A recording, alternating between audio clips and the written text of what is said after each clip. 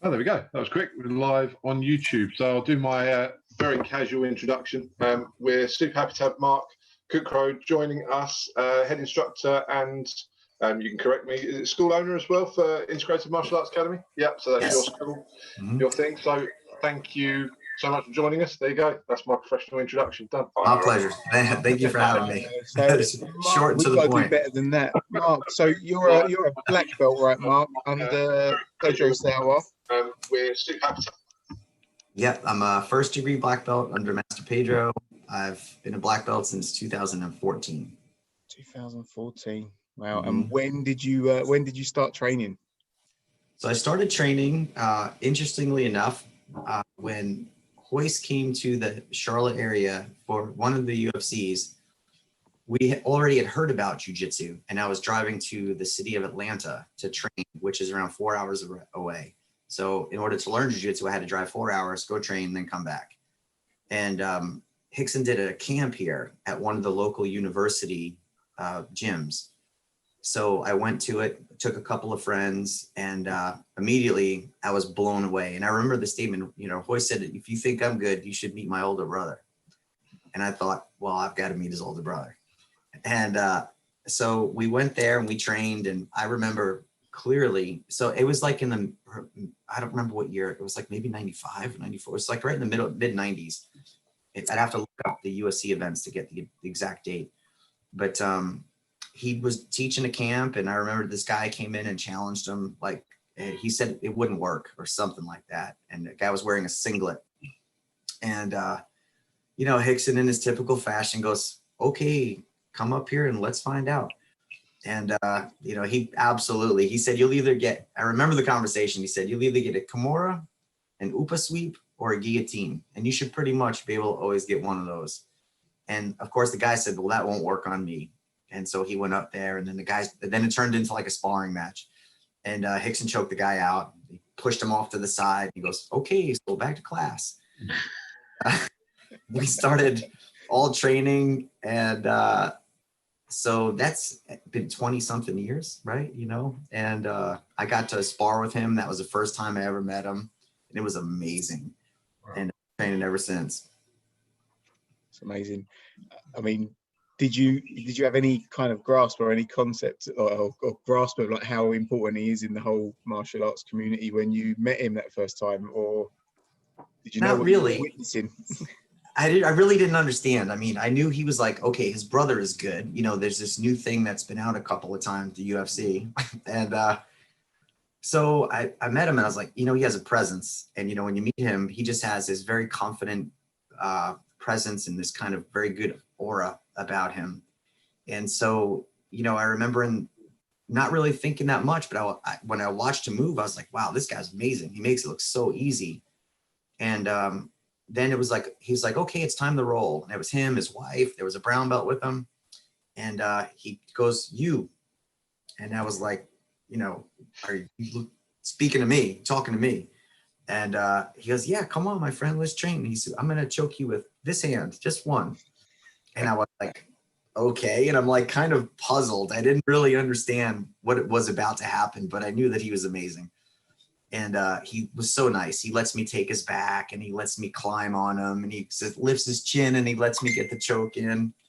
And then he goes, okay, man, you ready? And I was like, am I ready? So the next thing I knew, I'm on my back, and he put his one single hand really deep in the collar, and he just leaned forward, and he did like a modified Ilio choke, and he just kind of leaned forward. And I was like, I tapped out, and he goes, pretty good, man. Keep training. You do it. And I've been training ever since, but I had no idea, like I was in the presence of jiu-jitsu greatness. I was just trying to find out what all these Brazilian guys are bringing to the country, because we just started hearing about it. And I got his paperwork and I filled it out, and I started following him around. And then of course I ran into Master Pedro after many, many recommendations. And then when I met him, I realized why. And I've been training ever since. You've got background in other martial arts?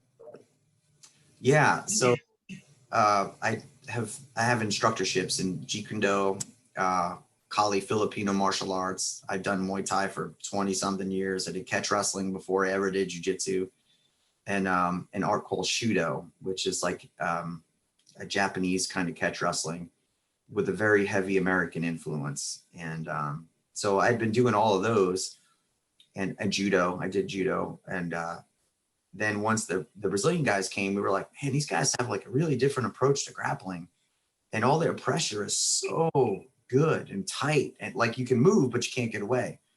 And so we started training right away, and we were just fortunate to be one of the first places in the U.S. To have it. And so had to drive for hours, man. Now my students drive 10 minutes, you know, and I had to drive hours at a time just to go get 2 or 3 hours of training in. That's kind of like the repeating story, isn't it, at the moment that we keep hearing, is that, you know, all you guys starting out first time had to drive hours, you know, really get to it, and then now people complain about having to drive 5 minutes around the corner to get to training. It's pretty, yeah, they're like, oh man, I got stuck in traffic. It took me 15 minutes instead of 10. Like, yeah. But, you know, that's what we did back then. So, but, you know, I was fortunate to train in the other arts. There's a guy who was one of Bruce Lee's good friends, a guy named Larry Hartzell, and he was from this area, and he was a sheriff. And he lived here, and he started a group of people training here at school. And 3 of his original students are still here, left under him. He moved to LA, became great friends. So he left a presence here, and that lineage is where I trained with the other arts from, as well as a few others, but mostly them. And yeah, I had no idea how fortunate I was until I got older. To me, it was just the guys I showed up with and trained. Yeah. Robin's got similar background with his Kali and JKD and stuff. So, yeah, it's fun, man. I like it. With a guy here who's now a full instructor under Guru Dan. So yeah, I did that for what, 10, 15 years? Yeah. Still do a little bit of it, but I don't get a chance to do as much as I did. I like it. It's fun. I think it's they're really, both of them are good arts. You know, like the JKD, when it kickboxes, they want to kind of close you in and push everything to the center. And Kali wants to open you up so a weapon can get to you. But man, they're great arts and they're fun. I think we should, for sure, you know, mix in other arts. What do you think about, here's a good one, because obviously Rob and I talk about this a lot. How do you feel about the all the weapons defense and stuff from the Gracie Jiu Jitsu syllabus? Obviously, because then you'll have a lot of experience with your weapons defense with the Kali as well. How do you kind of feel about those two things? Obviously, they're quite different in how they approach sort of knife defense and things like that. And obviously, Robin will know more than me, but the, you know, opening lines, closing lines, that sort of variation. Yeah, I think, you know, it depends. If you look at the purpose of it, right? So the jiu-jitsu self-defense is against someone that has really very little to no training. That's really the essence of the self-defense part. And almost all of it, not all, but almost, is on the draw of the weapon before it's executed. Yeah. So everything's on the draw of the stick. There's only, you know, 1, 2, 3 where you're swinging it. And so almost all of them are preventing the weapon from being deployed in the first place. So like the Filipino martial arts are in execution while it's being used and deployed more than before. So I think it's a good complement as long as you understand that there's like 3 phases to the defense: before, during, and after. Jiu-jitsu is more before. The Filipino martial arts are more like during and after it's been deployed. And but you know, when it comes to a knife too, it's like one of my old instructors, he got a saying. He said, winners drip and losers gush. Everybody's getting cut when a knife comes in. And you know, there's a lot of truth to that. I don't know if there's a single system that guarantees you don't get cut when weapons come out, you know, especially bladed weapons. So I think as long as you explain it to people, like this is before it's out and these are after, while it's in use, then it makes a lot more sense. But sometimes people learn the self-defense part and they don't really have it explained, like that it's against the layman. It's not against the skilled person. You know, fights and like scheduled sanctioned fights are skill versus skill. They're not really skill versus a bad decision, right? You know, in some cases, but not most. But I like them all, man. But I can tell right away when someone's been trained in Filipino martial arts or just the way they strip it or take a disarm, and you know right away. you know, so I like them all, but you got to know where each one belongs. Yeah, sure. We've had that conversation before, haven't we? Yeah. Different phases. You know, it's a whole different thing if it's on the backswing or if it's, you know, coming forward. 100%. Yeah, it's totally different. I mean, you know, I want to grab the bat before you swing it, you know, but it was explained to me by Daniel Lanero, Guru, from Guru Dan's place. He said you can either do it with 4 places. You can do it on the intention, you know when someone's about to do something on the backswing. You can do it on the forward swing, or you can block it with your face. Right. Yeah, pretty much. I would prefer not to do the last one, but you know, that's the thing. It's like, which is one of the things. I like that jiu-jitsu teaches too, is you get really good at reading subtle body language before the person's aware that they communicate that. And so that's why people will ask you, how did you know they were going to do that? And it's like, well, you've been training for a long time, and you pick up on micro movements of body language that most people overlook. And that's really what it comes down to. But yeah, I don't want to catch a weapon like when it's getting swung. I just don't want to, you know. But for sure, you gotta train it. And a big misconception, I think, especially in the United States, is sometimes people think self-defense jiu-jitsu means don't compete or don't be proficient at other types of jiu-jitsu or other areas of jiu-jitsu. And what it just really means is, please keep in mind that someone could punch you in the face, they could kick you, elbow you, knee you, and they might have a weapon. And that's really all it means. So when you hear people say, I don't do self-defense jiu-jitsu, it's like, I'm pretty sure you don't want to get punched in the face. I think it's a good idea to at least learn how to block that. And if you want to do sport jiu-jitsu, 100% do it. But like I have kids, I want my kids to learn to defend themselves and then go into tournaments. And I think you should do both, but you got to know when to flip each switch, you know? So you got to know it all. And that's the one thing I like about the JKD mindset. And I feel like most jiu-jitsu people are pretty open-minded about incorporating other arts, but not a lot of other arts are really open-minded about incorporating other influences. We're very non-dogmatic. So I like that.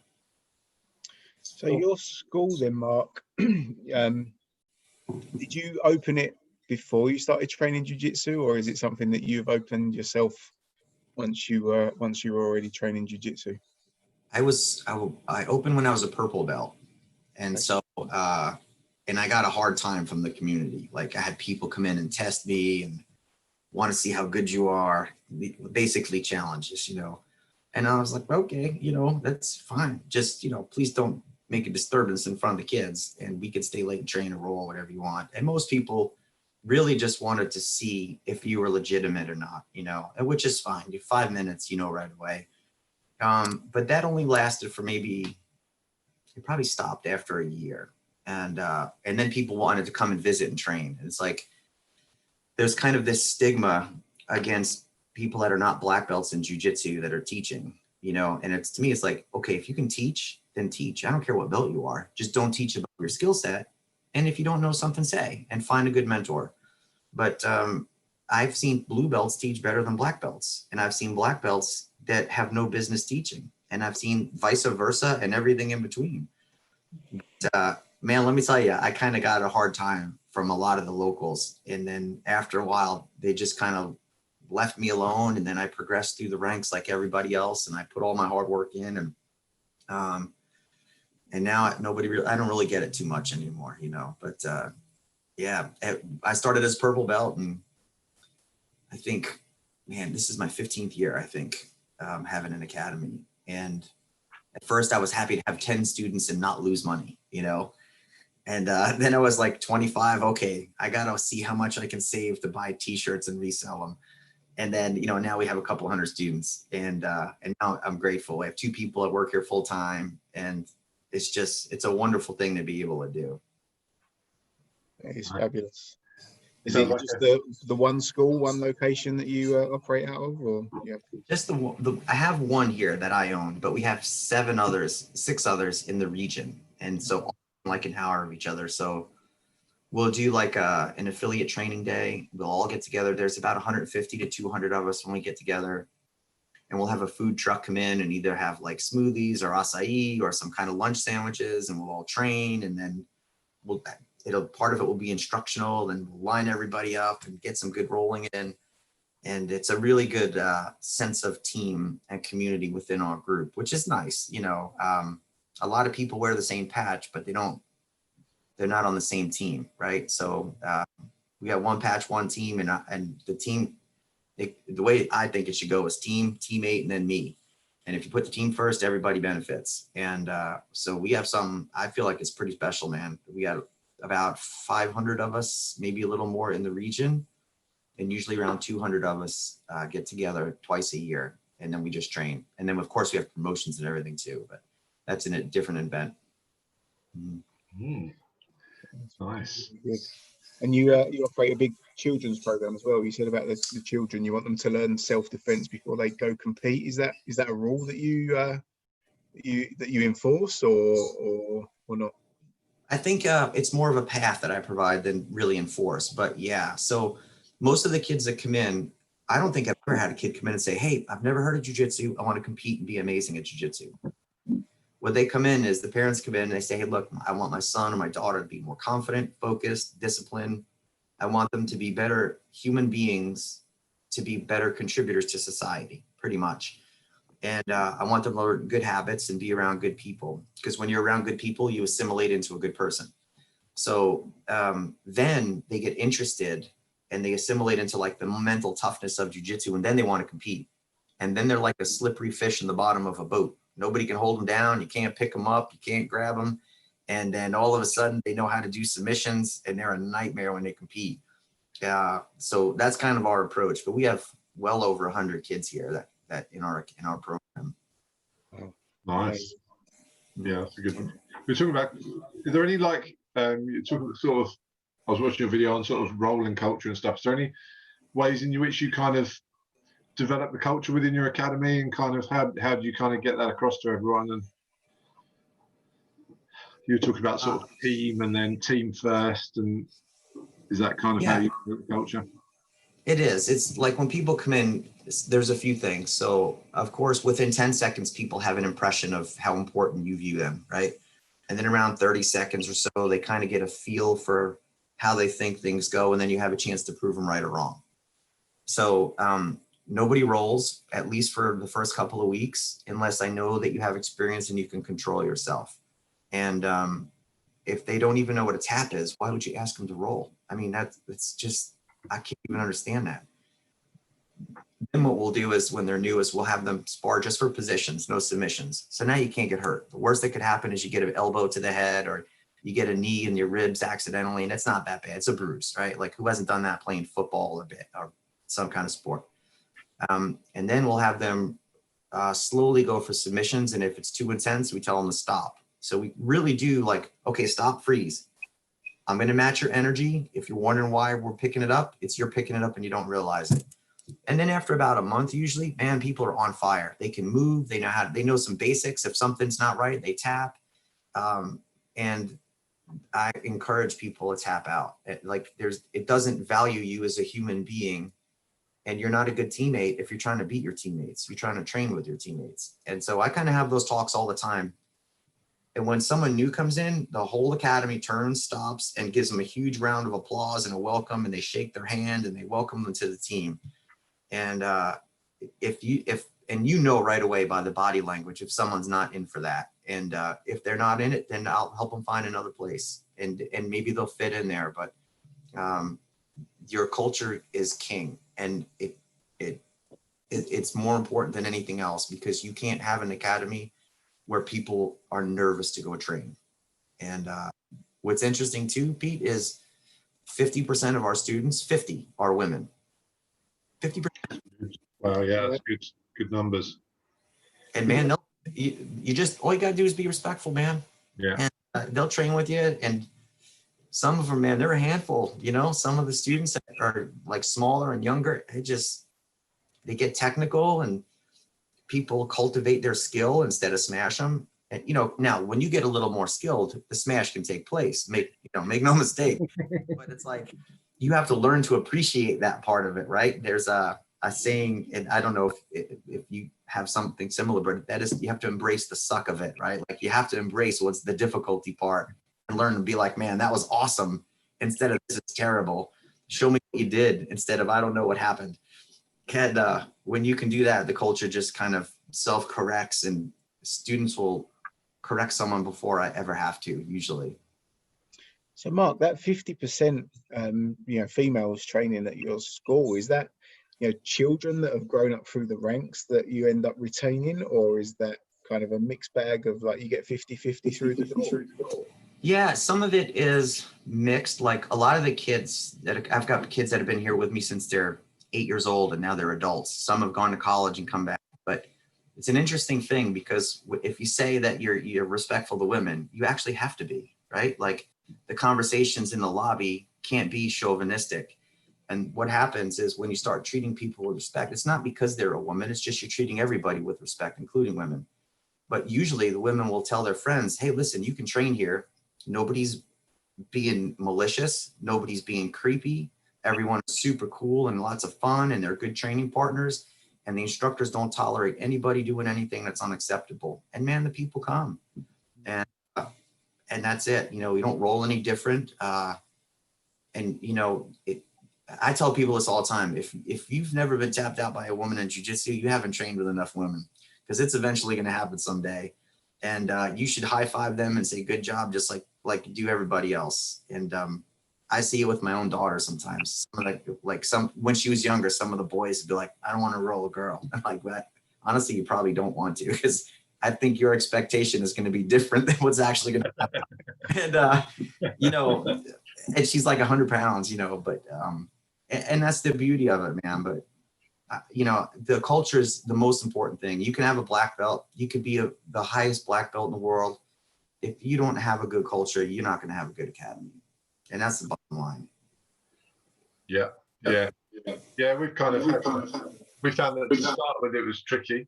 Bill's sister, Caroline, trains. And once she came along, that means there was someone else in the room that when other women came in, they could see there was already a woman training there as well. That kind of helped.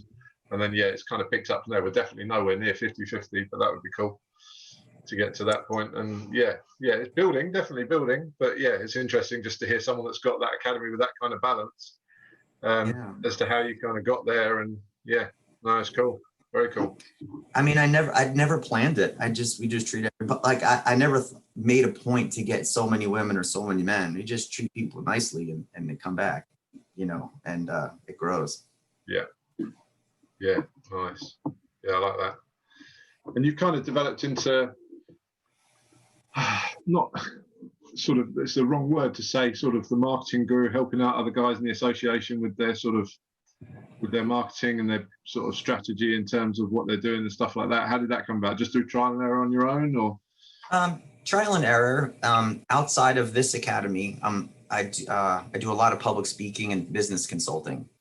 And so that helps me present material in a way that can be received a little bit better maybe than someone that has no experience. And a lot of that is I have to market my own seminars, I have to market my own conferences and my own events. And then when people bring me into like an education or a trade conference, I just learn over the years how to do all of the marketing and promotions. And everything I do is very based on science and a very healthy coding of personal experience in addition to that. And I just try to help people. Like, out of all the arts I teach, I would like to see us flourish as much as possible, and not because, you hear these sayings, but it's true. We have to have a black belt in business, not just around our waist. And you can blue belt in jiu-jitsu and a black belt in business, and but it's kind of back to that principle of it's simple, but not easy. The concept is simple, but the execution is not. And so I try to help people, and we teach the instructor courses in marketing and business. And why not? I mean, don't you want to help jiu-jitsu get more into the world in our society to where it's like second nature? And, I have respect for all the arts out there, and I teach them and I've trained in them and many of them, but I know what I want to teach people that come through my doors, and I know what I want my own kids to learn. And jiu-jitsu is definitely a huge part of that. I think the big message for a lot of jiu-jitsu people is they think that being tough being like a bully on the mat or winning medals is going to fill your academy. And it's just not the case. You could have a million medals on the wall, but if you have a bad culture, you won't be in business long. And, you know, it goes back to, I think Baby Henner said this, he's like, and a lot of people say this, but it's not what you can do to your students, it's what you can do for them, what you can bring out of them, right? So that's kind of the goal with, you know, helping the school owners in the association. And to me, man, this is the best association I could have ever hoped to be in, because everyone is genuinely helpful to each other without even being asked. It's almost like a sense of obligation to help. And I like that. Yeah. How's the, I feel like might be the same in the States. We've got a slightly different culture over here. You've got to kind of break that barrier of people not liking the idea, I've got to say this right, so I don't I'll offend people, it doesn't matter. Not liking martial arts to have a cost attached to it. They almost kind of treat it, especially over here, that it should almost be free, because I don't even know why really. It's just had this tradition of, I don't know. Yeah, where you know, if you've got that skill, you're duty bound to give it away for nothing, even though you've invested and spent thousands of your own money upskilling yourself. You know, I don't know what it's like over there. Oh, it's the same for some people, right? And it's like, you know, I don't want bargain hunters in my academy. You go to find a bargain somewhere. That's why we're an academy. We're not a gym, right? To me, this implies a different thing. There's nothing wrong with either one, but we're a place of higher learning and lifestyle changes. And we do that through jiu-jitsu. But if you want, like anything else, man, you want to find the cheapest tattoo artist? Probably not. I mean, I'm just saying, you know, do you take your BMW and go, I want the cheapest mechanic, the lowest cost I could? You don't do that. And I think what happens is we have misassigned the value to martial arts, because it's like, you'll go to a movie, you'll go to a dinner, you'll drink too much alcohol, you smoke too many cigarettes, you'll do who knows what, but you won't put good things in your body and in your mind. And people that know better and do better, they're going to cost a little bit more. And that's just how it is. You can't put anything negative or cheap in here and have good behavior come out. And I don't like the martyr approach to martial arts, because it's like any other profession. You put 10, 15 years, 20 years to get a black belt. You should be able to make a decent living when you share your knowledge. If you want the garage person to teach it to you and they're a great teacher and you love it, more power to you. But if you want a place that's 3,000 square feet or 1,000 square meters, and you want to have a beautiful academy with air conditioning and good seating and coaches that do this for a living, that really invest in nothing but jiu-jitsu and helping you reach your potential, then you're going to have to pay more for it. You know, and a lot of times when people are like, oh, the guy down the block is like $50. I'm like, have you been there? And they're like, well, not yet. I'm like, you should probably go and then come back here. And I really mean that very sincerely. And then if they do go, and they usually come right back the next day, and they're like, okay, they don't even say I'm like, just where do I sign up? And you know, I wouldn't even put the cheapest food in my body. There's no way I'm putting the cheapest martial art in my mind or in my routines. And too many people think that way, especially instructors. They're like, I feel bad, or they make the ridiculous mistake of charging too little. I have never in my life ever, as a business consultant, seen someone lower their prices and flourish because of it. I blame Mr. Miyagi for that sentiment of you having to give it away. I've become successful. It's say that again. I was going to say I blame Mr. Miyagi for the sentiment of having to give away. So yeah. But there's something in that, isn't there? There's something in that Hollywood image is probably part of the reason it's been created like that in the first place. 100%. Oh, absolutely. Yeah. It's, you know, like, here's the thing though, if you want to help someone, we have scholarships for people that are financially struggling. The kids get bullied at school and they got a single parent. They're doing their best and they just can't do it. Then we'll have them come up here. Well, one of the kids in our neighborhood got into a fight. He didn't know what to do. Man, come up to the academy and train. Yeah. When you feel better, then we're good. If you want to, just come until you feel ready. And the kid defended himself and he did great. And you can still do good work, but not give it free to everybody. And, you know, so that's my input on it, man. If anyone, and listen, if you're watching this and you are not sure about training, I'm telling you right now, don't find the cheapest place, find the best place. And one thing you have to make sure your instructor does is actually care about you and the people that are in their academy. Because when people care, they go out of their way to learn and be the best instructors they can be. So don't just price shop. I see that mistake all the time, and it usually is the quickest road to regret. People seem willing to pay, you know, crazy money for their gym memberships and just go to the gym and run on a treadmill. I always say to people, you know, you're buying, you know, time to just run on a machine or lift a weight. But when you come to jiu-jitsu, you're buying a life skill. You're buying something that kind of that teaches you a way of life, teaches you, teaches you things that may save your life one day. Mm-hmm. Yeah, it's a no-brainer for me. But like you say, sometimes people don't see it that way. Yeah, I mean, you could run for 5 minutes. Now you're tired and they catch you. Now what? Exactly. You know, so I mean, you better run your car and get in locked door, because if you can't get where you need to go when you're running, you better have jiu-jitsu, man, or something. Yeah, I think, you know, Hollywood's part of it, and just the way things are sensationalized. But you know, like in the United States, the statistic is 1 out of 4 women will have someone attempt a sexual assault on them, and that number's never really changed, unfortunately. And, you know, I have 2 daughters, man. I don't want, you know, I want them to know what to do. I don't want them to just run on a treadmill and look good in, you know, in the mirror or to themselves. I want you to do that too. But if someone ever tries to grab you, you should know what to do, man.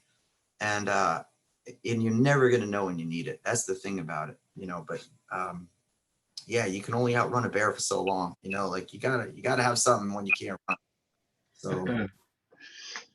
Yeah, we seem to have this thing over here where, you know, we've done some of it, and again, part of it could be marketing. We've done some of the women's self-defense stuff, and I think there's a different. I don't think British women are scared of anything. Well, that might be it too. Like, you feeling safe doesn't mean you're being safe, right? Exactly. Yeah. That could be. I mean, you know, there's some cultural differences too. Like, in New York City, people look at you like, "Why are you talking to me? Why would you talk to someone you don't know?" I don't even understand it. And that's the UK. Yeah, and in North Carolina, man, you get in line, people tell you their whole life story. And I'm like, oh, you have 3 kids, 2 cousins, your uncle went, and they just start telling you the whole life story, man. And it's interesting. But yeah, some people have this false sense of security. And I think a lot of it is, you know, what they believe they're projecting as confidence is really, it's kind of a delusion towards their safety, is they just are so unaware that they're falsely confident. And I think that's a lot of it, because that's why when, you know, someone trains to learn how to fight, they don't want to get in a fight. You know, someone trains because something bad happened to them, they always wish they learned it sooner. Or if someone comes in, a parent, and they do this and they're like, this is amazing. Like, you can literally get someone off of you that's trying to hold you down. I want my kids to do this. A lot of the parents we get training are from watching their kids, and they just realize the value of it. But I think, I mean, a weird outcome of this whole Corona situation for us, I think might be the same. The children's program's still working really, really well over the Zoom. So we'll demonstrate the moves. You know, I've got 2 little boys. Robin's got 2 little girls. You know, we'll demonstrate the moves on our kids, and then we get the other children that are logged in on Zoom to practice with their parents or their siblings. yeah. And already the parents are saying to us, I'm going to miss this. You know, I'm going to miss this. You know, when we're back to normal, whatever normal is. But yeah, I'm hoping that we end up with a few more parents actually, you know, looking to take part and join in as a result of their experience of training with their children. I think you will, Bill. I mean, a lot of times, you know, like if parents are in the lobby watching or on their phone, and you know how it is, people look at the phone, they look up, they look down, they look up, they're mostly looking down at their phone. And then they start grabbing the child and like, okay, so one of the first things you teach a child is don't get dragged into a room or a car that you shouldn't go into, or don't get dragged out of a store. So you do wrist breaks, get down in base, stand up in base, get dragged on the floor, how to get up. And then parents do that, and like, as a parent, you could almost, it's so easy to think to yourself, man, I'm embarrassed. I don't know how to teach my own child how to not get pulled in a car. I remember I got fight advice from my dad, fighting advice. Man, let me tell you, this was probably in the 80s. And he was like one of those old school, hard-nosed, tough guys, man. He's just, the guy, like if he needed 5 stitches, he'd just get electric tape and tape it up and go back to work. He's just that kind of guy.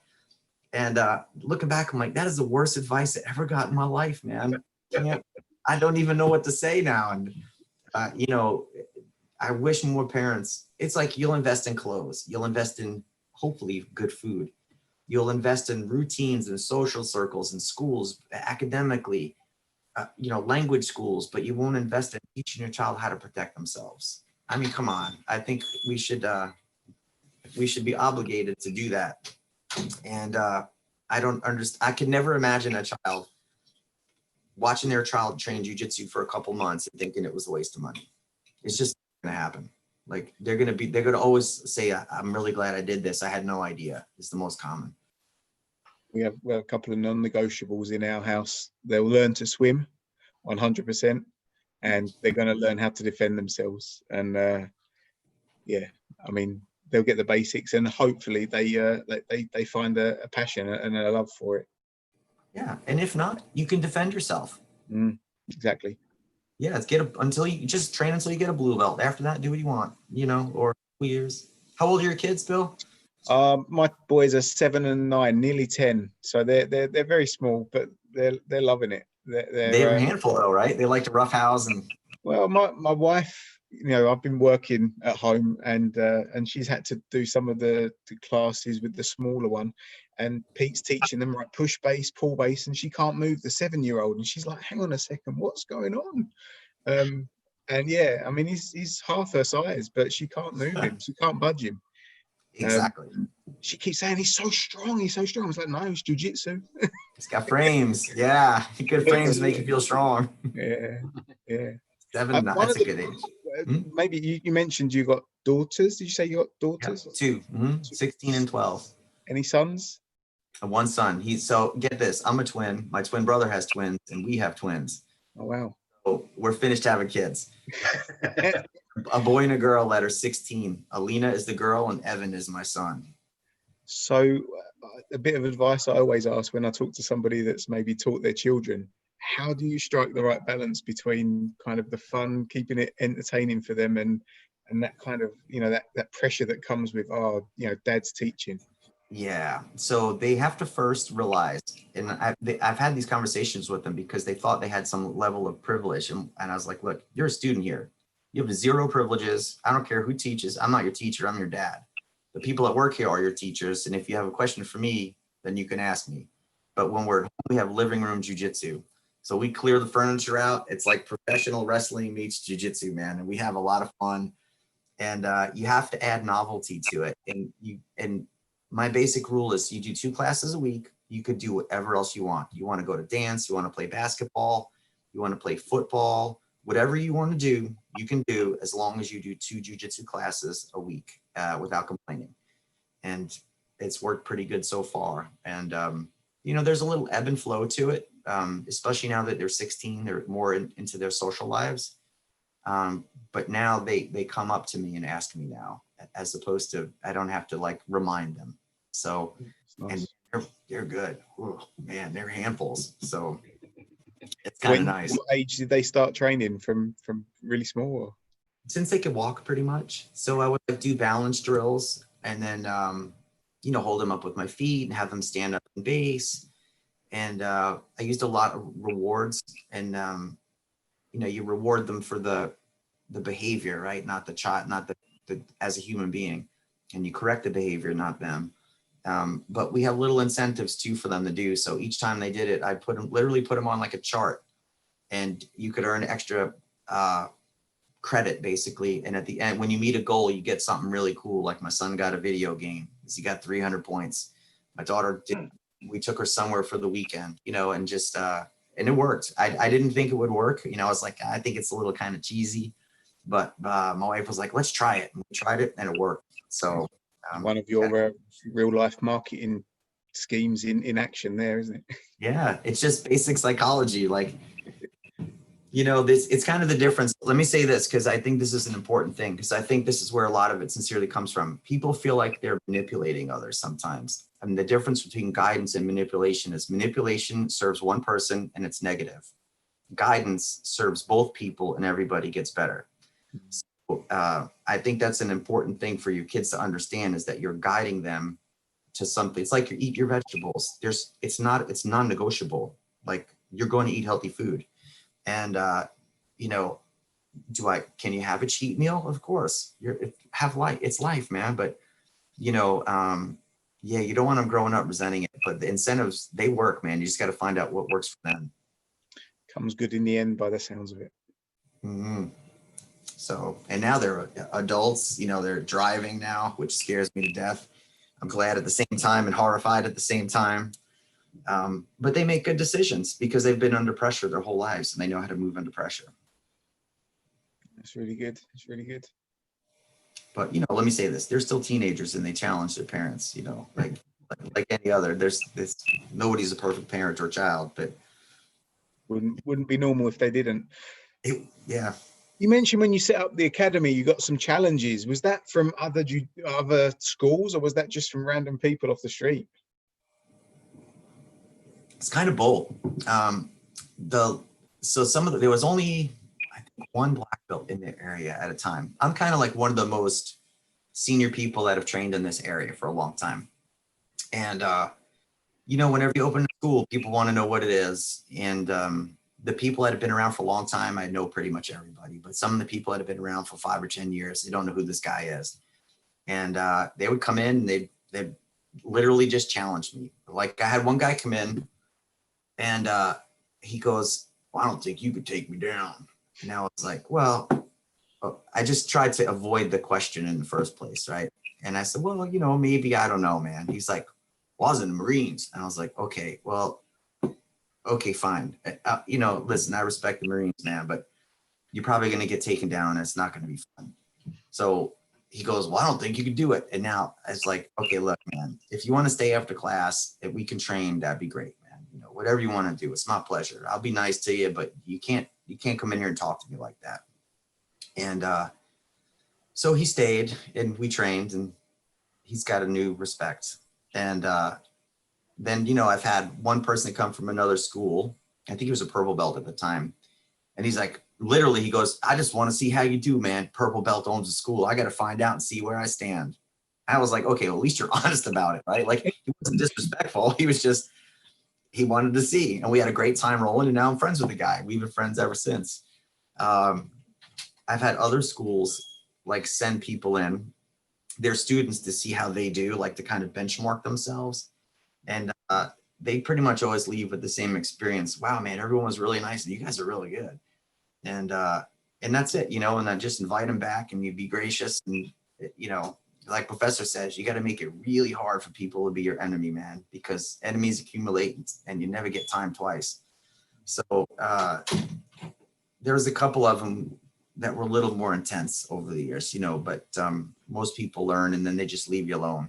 But I had this guy come in once and he starts doing these punches and yelling, "Kya!" and screaming and getting like all fired up. And he's like doing kicks, punching in the air. And I don't do any of that stuff. So I'm like, I've done kickboxing and Muay Thai. I'm like, what are you doing, man?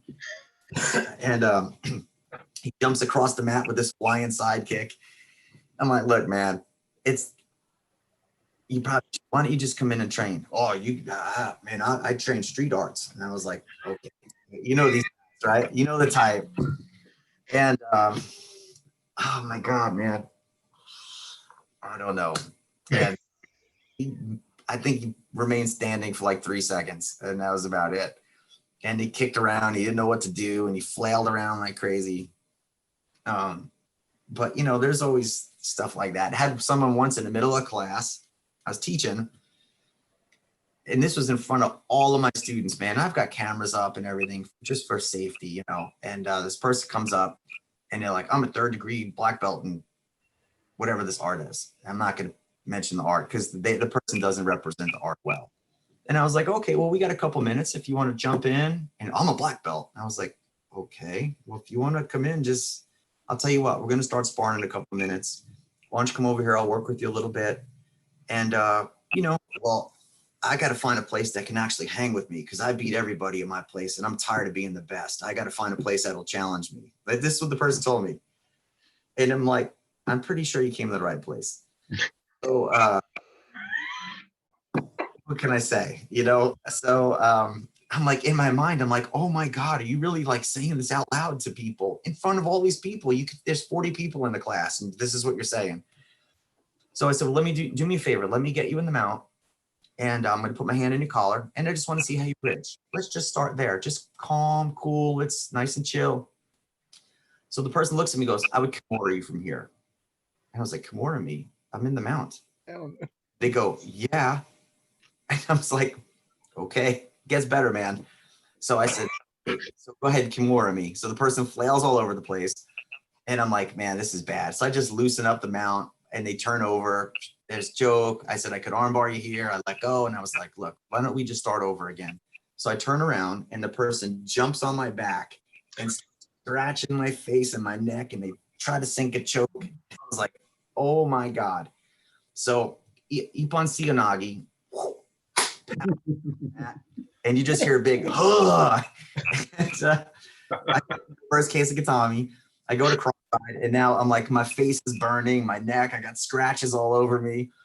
And my students are all sitting in a circle like this, like, oh my God, Professor, okay? And I was like, it's okay now, I got it, man. And I start slapping the person in the stomach. And I'm like, come on, man, move. And now I'm kind of like a little upset. And I'm like, move, go ahead. I thought you were good at jiu-jitsu, move. I thought no one challenged you. And then I was like, okay, fine, calm down. Look, I'm gonna let you up. You better cut it out. And they were like, yeah, get off. And I was like, listen, you need to apologize. And when I get up, you need to stand up and go off the mat. And the person like went, and I'm like, okay, here comes the last effort. So then they go crazy and I said, look, I shook the person's hand, I helped them up. I said, look, you got to go sit over there. Why don't we talk a little bit after class and maybe we can train some more. And they were like, oh, I just got an emergency text. I got to go. And the person got up and left. And I've never seen them again. And I was like, man, I don't enjoy doing that. I'm not going to let it happen, but I don't enjoy doing it either. But I feel like if it was another art, the person would have left really beat up or it could have been really bad. And I held them down. They got a little embarrassed. They went home. I even helped them up. And I don't think they'll speak poorly of, they won't like what happened, but they can't speak poorly of the people that were there and who they met, basically. Hopefully they learned their lesson. But those are just a few that stand out, man. But that one stands out above all of them. That's impressive self-control. Man, let me tell you, it was tough. I was like, I go home and my wife was like, what happened to you? And I got scratches all over it. I was like, honey, you wouldn't believe what happened, man. You're waiting for the hidden cameras to jump out and start. God, man. I couldn't believe it. And, because at first, like a lot of times we'll jump on each other's back joking around. And I was like, okay, is this one of my friends? No, this person's for real. And then I just get like, I was not happy. You said something that I've heard a few other people say about, those people that train in martial arts, they actively avoid fights because they know the damage that can be done. And you don't know who it is that you're dealing with, from one person to the next. You don't know what skills that they have. I've completely lost my train of thought. About those people that come in and want to fight so you actively try and avoid fights, but when was the last time you actually used jiu-jitsu in a real life situation? In real life, it's been a while. It's been a few years. Like usually what happens is someone will try something small and then they realize it's a bad idea. I think it was at a wedding. Somebody was really drunk and it just, they had a nice jacket on, put their head on the table and everybody thought they were sleeping and drunk. And they just, that was it, but hey, man, he fell asleep. I don't know what happened. They got like this on the table. But like an actual fist fight, it's been a long time. Because you can usually avoid it. Hey, look, man, you know what? You win. Yeah. Let me buy you a drink. Listen, man, let me just leave. I'm an old guy. Look at me. I got gray hair. I'm going to walk away. And it's an interesting thing, though, you say about the fact that you manage to avoid them and you're able to walk away. Because I think one of the things that I realized when I started training jiu-jitsu, before training jiu-jitsu, if I'd have tried to buy you a drink and get away from a situation, it probably wouldn't have ended well. It probably would have still ended in a fight. But there's a confidence, or there's a way in which you carry yourself once you do have an appreciation for what can be done and what you can do yourself, that actually makes that more authentic, and people believe you, and you can get out of those situations more, I find. And that's the the hidden jiu-jitsu for me, is that kind of the way in which you carry yourself once you understand it. well, I think, people, they mirror your energy a lot, right? So like when someone's upset and you're upset, it escalates. But yeah, I agree with you 100%. It's like, hey, look, we disagree, man. I'm sorry, I didn't mean. I'll buy you 2 drinks if you want. You're the man. You're cool. It's okay. And then that calm look of, listen, you don't want to do that, man. I'm telling you right now. Listen, it was a mistake. Why don't we just shake hands and forget about it? Neither one of us want this to happen. And they're like, oh, this guy's serious. Like, they just see that calmness, and that, a calm lion is it makes you think twice, when it's just looking at you and you're like, oh my goodness. Because you're not sure whether to run or stay there. But I find that a lot. Like, I've seen people, I've even seen Professor do this, where like we're out somewhere, we were in Brazil, and some guy is just acting crazy. Hey, my friend, he talks for 2 seconds and the guy's like hugging him, saying goodbye, that nonverbal communication of confidence is present, and people pick up on it. And people their ability to assess your energy is too sharp. Like, they pick up whether you're authentically calm or not. I think in most cases, unless they're intoxicated, and then pretty much nothing works. True. But, yeah, Bill, I agree, man. It's 100%. And I like it. I mean, could you win the fight? Most likely. Do you really want to do that to someone? Come on, man. And way more important things to do. I got more important. Yeah. What am I going to do? Go get arrested and have my kids watch me hauled off to jail and explain that I was a tough guy? No, exactly. Yeah, I don't know what you said, but that guy just left. Yeah, he was a nice guy. It's okay. He said hello. We know each other from back in the day. And he'll leave. They have no idea. So, yeah, man. Yeah. It's funny you say about the wedding. That's one of our examples. I can't remember what particular move on the self-defense syllabus it is. It's usually the shoulder grab. It's the shoulder grab, isn't it? Or there's certain moves where we say, look, this is one you don't want to use on your drunk uncle because you're going to have to break his arm, and that's not going to look good at the wedding. so we can now say that Mark says always use the cross choke at the wedding. Always use the choke, man. You cannot deny it worked. And it's the most compassionate, empathetic thing you could do. Sympathetic. You just look. I've been there. We've all made mistakes. Have a seat. We'll see you next time, man. And because if people will fight with a broken arm, especially under the influence of anything. And I don't know. Well, I will say this though. I grew up. My mother was a bartender when I was a kid, or whatever you want. I don't know if you call it the same thing. Yeah. Hang out in this bar called O'Brien's as a kid, and I had 2 brothers, and we could either hang out in the streets in like this town by Belmont Racetrack, Queens borderline of Long Island. Not really a place you probably want your kids hanging out.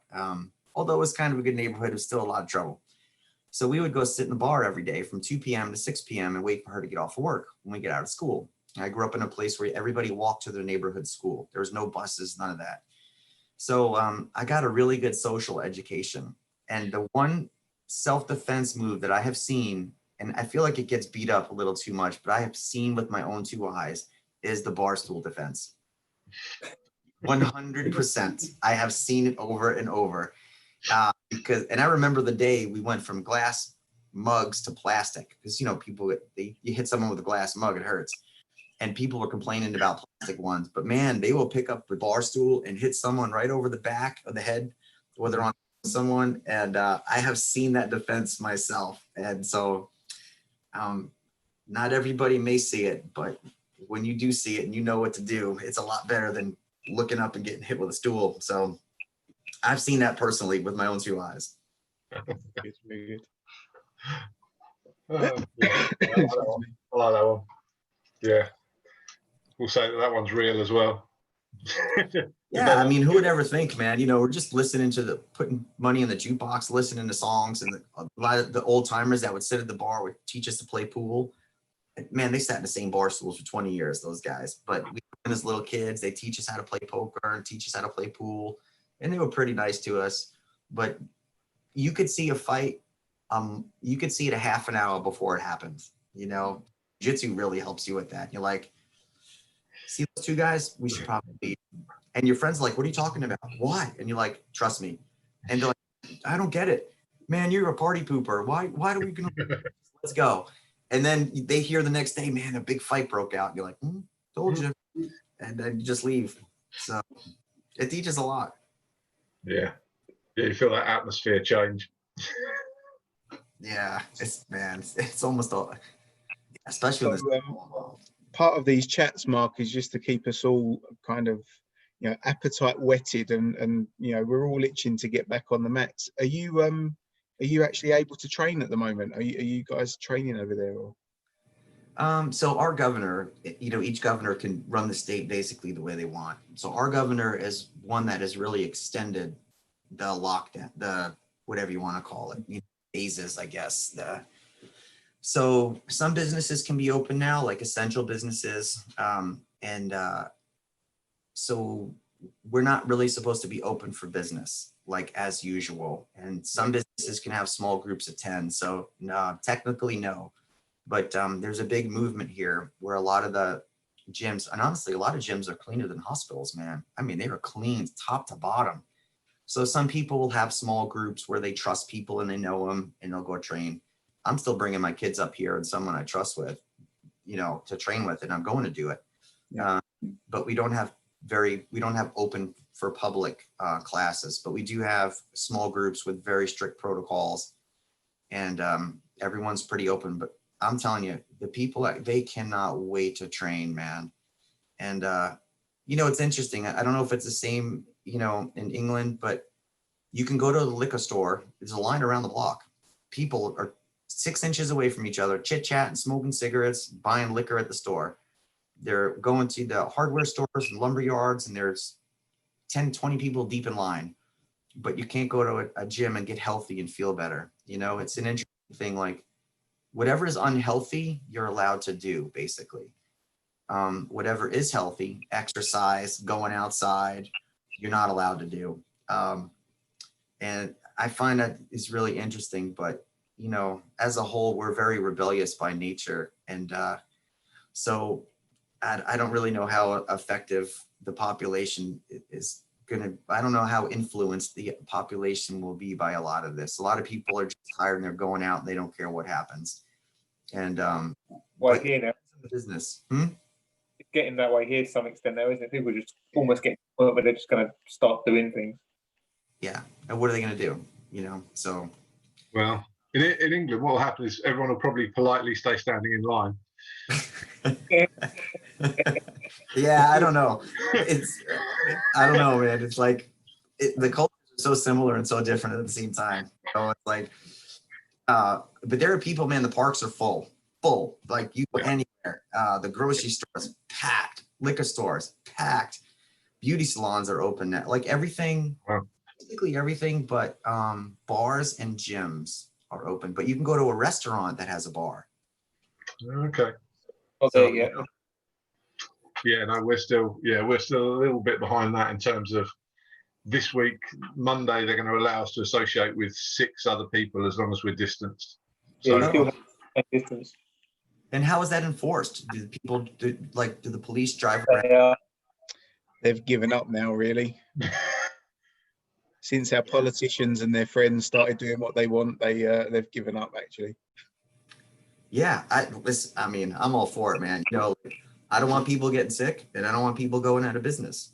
And you know, it's just like, at what point do you trust the population and where don't you? You know, it's like, a lot of times you do have to protect people for themselves. Like people come out and start fights. Like, dude, you don't want to do that. I'm telling you. And it's just kind of an interesting thing, man. Like, I don't know. I wish it'd be nice for it to all go away, but we're in the same boat, man. It's the same storm, you know, different boats. I was going to ask if you wasn't training at all. I was going to say, what are you most looking forward to getting back on the mat for? What's going to be the first move that you try and hit? Man, let me tell you, I've been opening like knee bars like all month, and just one after the other. And but you know, like I'm fortunate because I can come up here with a couple people and I can do it, or I can come up here with my kids and they're teenagers and they're good training partners. But for me, like personally, and I think this is an issue for a lot of people, if I don't train for 3 or 4 days, I'm not in the same kind of mood, you know. And I don't like to run. I ran in the military. I ran for years. I don't want to run anymore. I don't enjoy it.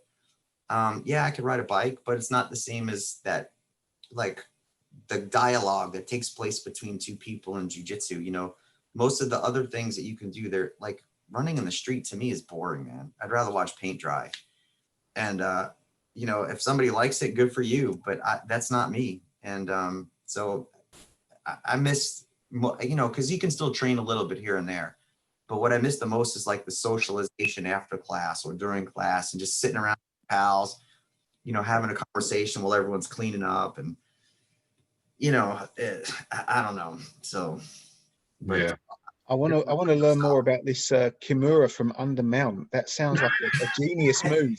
Bill, let me tell you, I was like, I've got you like, and I was in a high mount too, and I'm like, Kimura.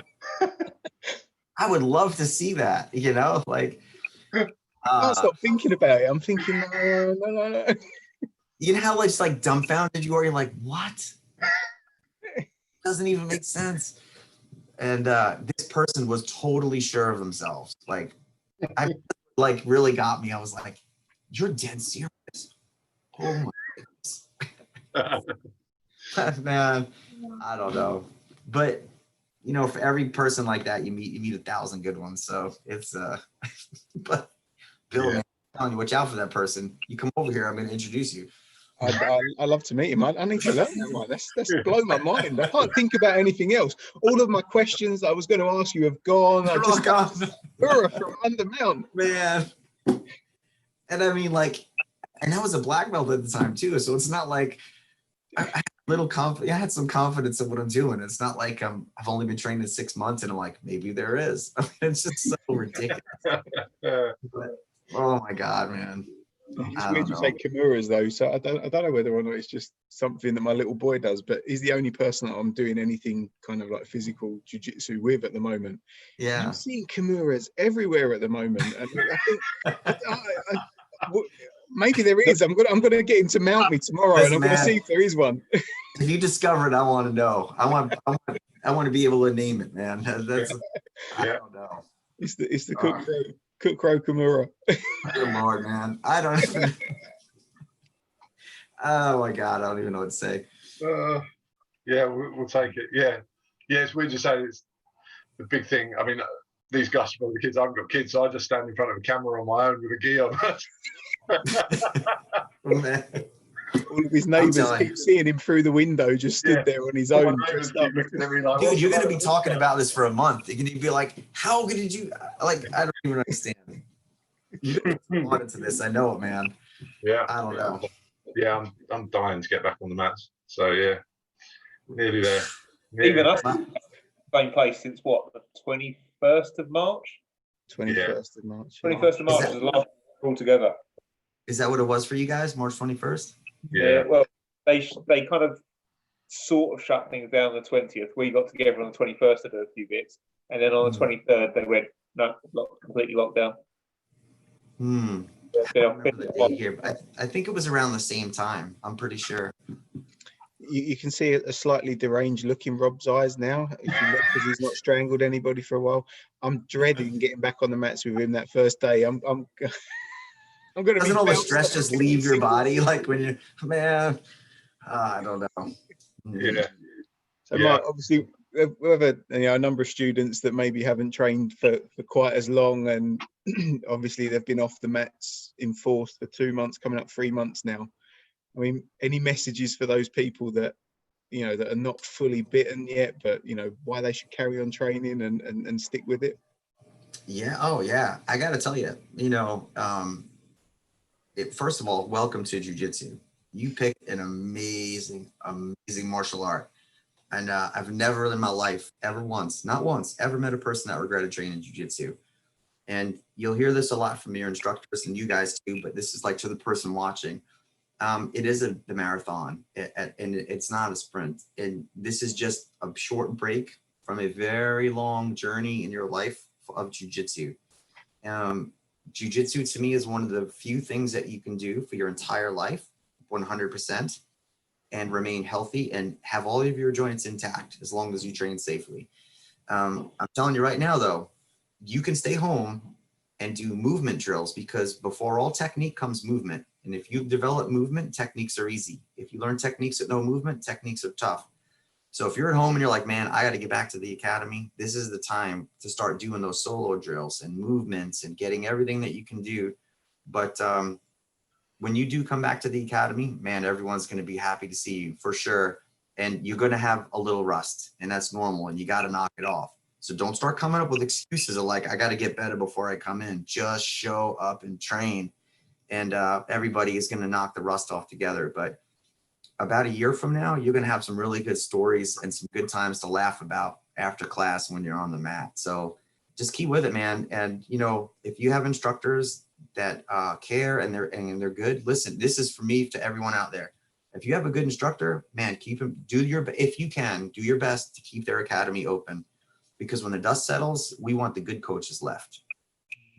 And if you had to pick which coaches are still open and operating after this, you want it to be the good coaches. So return as fast as you can to the good coaches, because they're going to multiply jiu-jitsu in your community and your population, and it's going to change your entire life. So that's kind of my tips, you know, for everybody. But all of this like self-doubt of, I wonder how good I am, I'm not going to be as good as I was, I might be a little embarrassed or feel bad, that's normal, man. Just go to the gym. Stop that talk right away and just get to the academy and start filling your mind with good thoughts, no more negativity, progress, moving forward.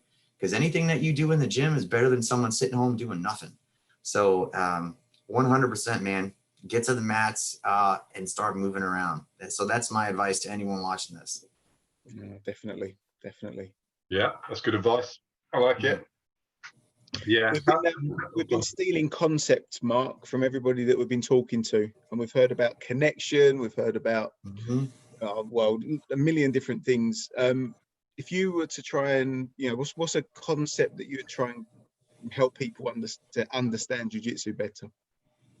So the difference between like connection and attachment, right? Attachment is moving with the person no matter what. Connection is moving on your terms, right? And you just never disengage.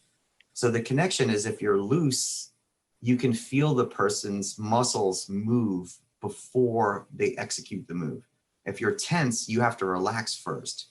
And so now you have a secondary motion to make up for. So I think that's really important. Frames make you feel strong, like your kids, right? Man, he's strong. Yeah, you got good frames. Dude, I'm not strong, but I can outframe most of my students. You know, I think the concept is, once you understand like the physics, the biomechanics, and the leverage, everything is easy. But you gotta be willing to put yourself in every bad position. You know, like, I don't think there's like one secret to jiu-jitsu other than just keep showing up. The second best secret is show up when you don't feel like it. The third best secret is to show up when you really don't feel like it. And if you do that, man, you're gonna get good at jiu-jitsu. But I think a lot of those, if you took all of the muscle and all of the strength and explosiveness and all of the attributes out of your jiu-jitsu, you took all the muscles off your skeleton, how would you align everything? And if you know how to align it with nothing to back it up, then you can imagine how good it's going to be when you have your muscles and your bodies moving. So you just have to learn how your body can make an amazing amount of leverage. You just have to kind of spend the time to discover that. So I don't know if that helps, but No, you know. it does, but it makes me want to ask another question. So, you know, like when you look at a technique now, do you look at a technique, or are you literally thinking about the skeleton and how to align things without the muscles? What you know, and at what point did you start doing that? Or So, you know, first I used to have to like get ready for jiu-jitsu, and then my body was on autopilot. And before you condition your autopilot, you have to make sure you have really good habits. And for the slow part and the drills come in and everything. But now I look at a technique and I look at the micro movements, the small adjustments that you make. I want to see if you're pushing or if you're framing.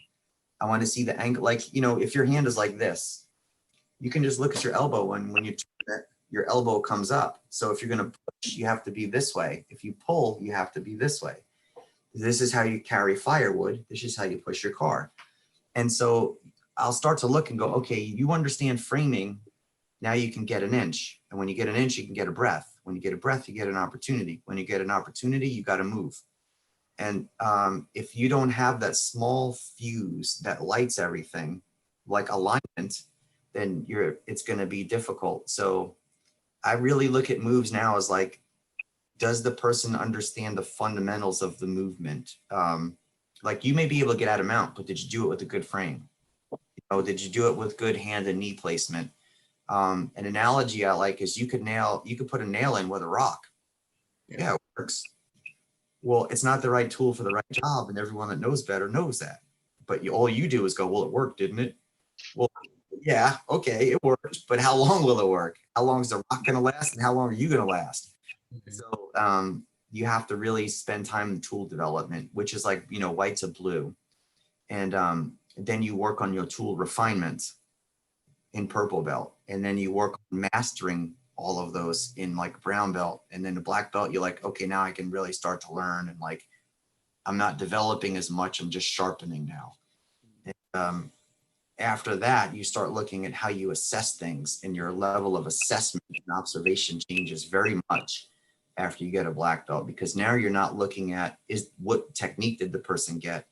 You're looking at how they moved and how good was their movement to get to where they were. And so you look at the difference of tactic and strategies and the difference between the two. So that's kind of how I look at it. It's like, yeah, you got out, but I don't think you're going to get out that way again until you move your hand this way. Then it's easy. And always find the sweet spot that makes it easy. Work towards that every time. So that's just my advice. yeah, that's really nice. Thank you. So, Thank you for sharing. Yeah, no, it's good. It's good advice, and hopefully, so a few people watching, a couple of people watching on YouTube. So hopefully that'll help them. And our guys are watching all these back, so and this or listening to them on the on iTunes or whatever. So it's good.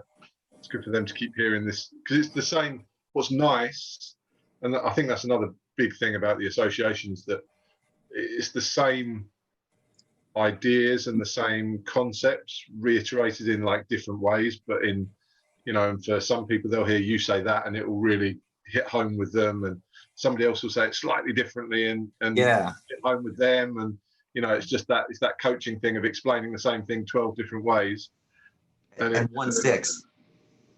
And one sticks. So it's cool, and that's it's good that Billy keeps remembering to ask the question the same way so that we get different This is how you variations. carry firewood, and this is how you push a car. That's what I'm taking away from this conversation, Mark.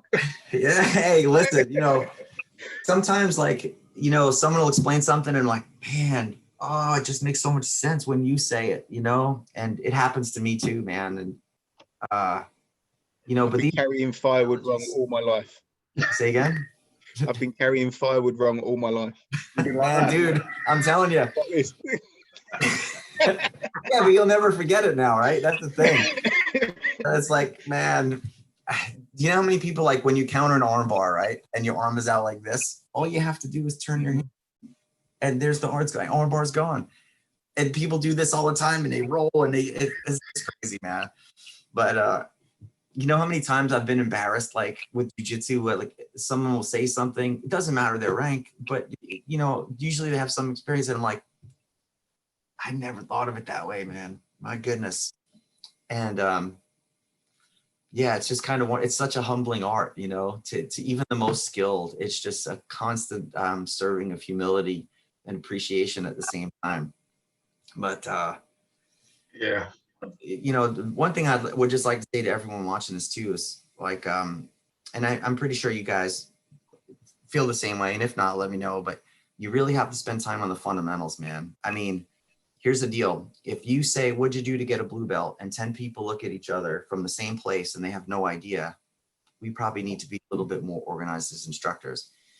Your fundamentals are what teach you how to do everything else easily. And like, for example, Michelangelo and Rembrandt, they paint remarkably beautiful masterpieces very differently. They're both beautiful, right? But they both had to learn how to use a brush and mix paint.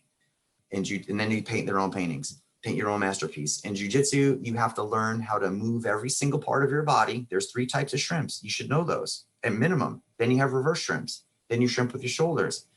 And so after a while, after like a couple of years, you have all the fundamentals, man, now you do you know, and, but you won't be a higher rank getting smashed by a lower belt because you didn't take time learning how to frame. So, and I know that a lot of black belts say this over and over, and I just want to be one that's like, the reason you keep hearing it is because it's true. And you have to come to terms with that. Tell the difference between rolling someone that has good fundamentals. I'm like, man, you spend a lot of time with your fundamentals, and like they take pride in it. And then someone's like, man, I'm a brown belt, blue belt, purple belt, brown belt. How come I don't know that? I'm like, well, I don't know, man. You know, let's work on some fundamentals. I'm sure I could still learn other things from you, but let's work on the fundamentals and your growth will explode.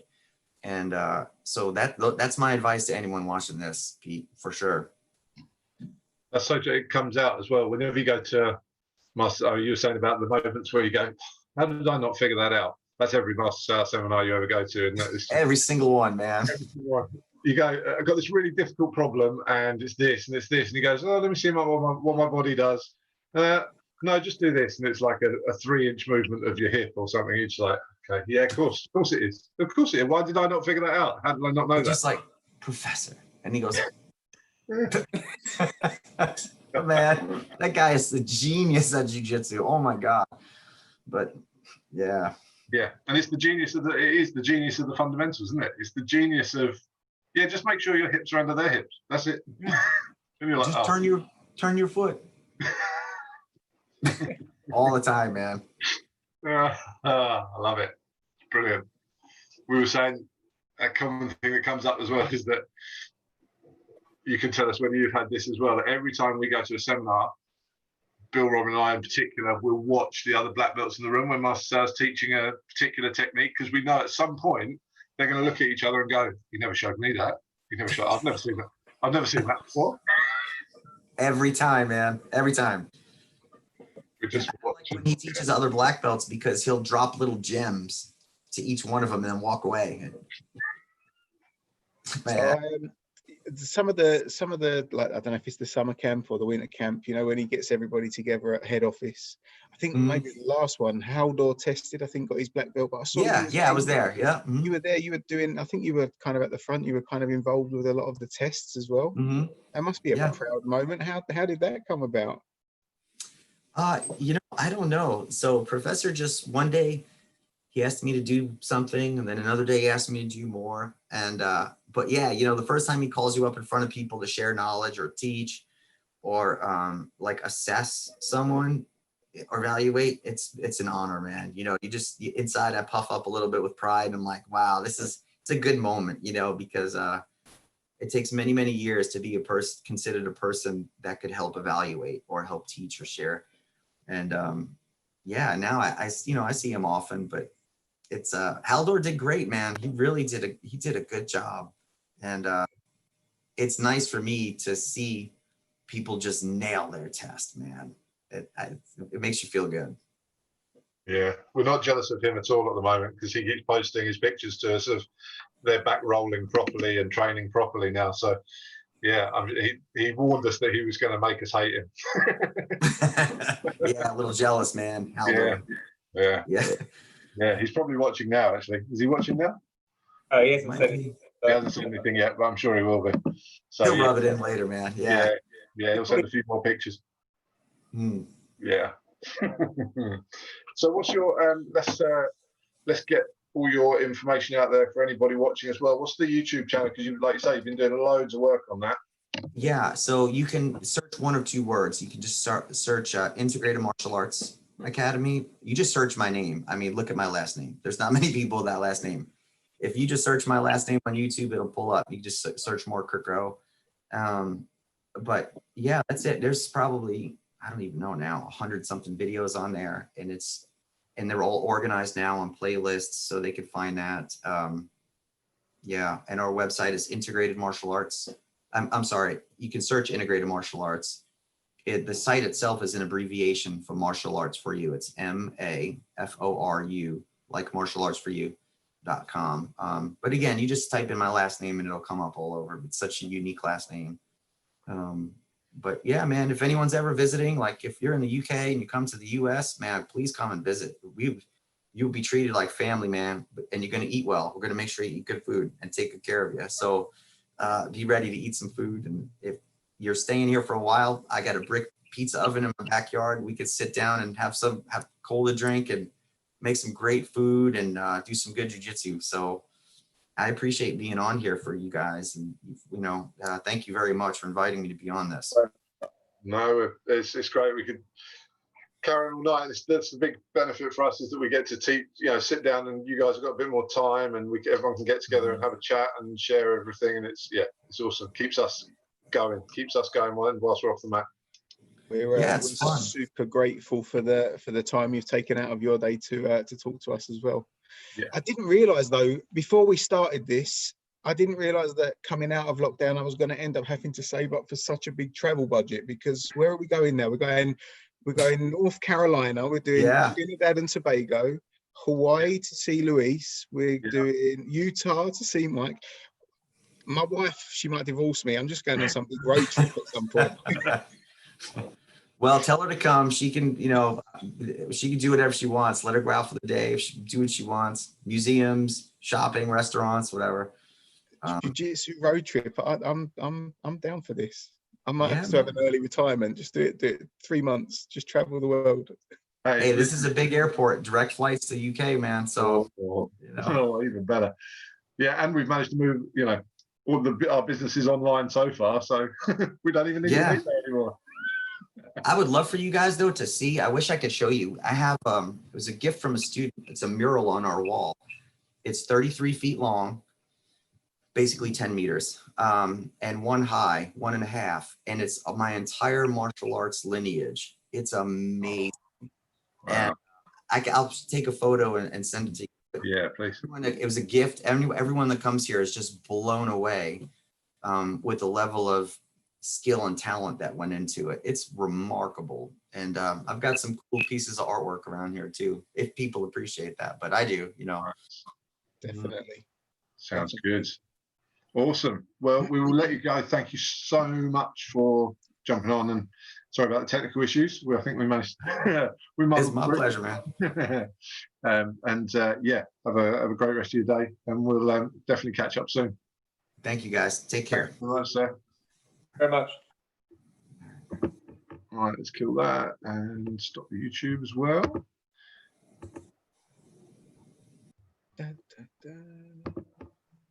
Again, every week you'd think I'd be able to do this faster.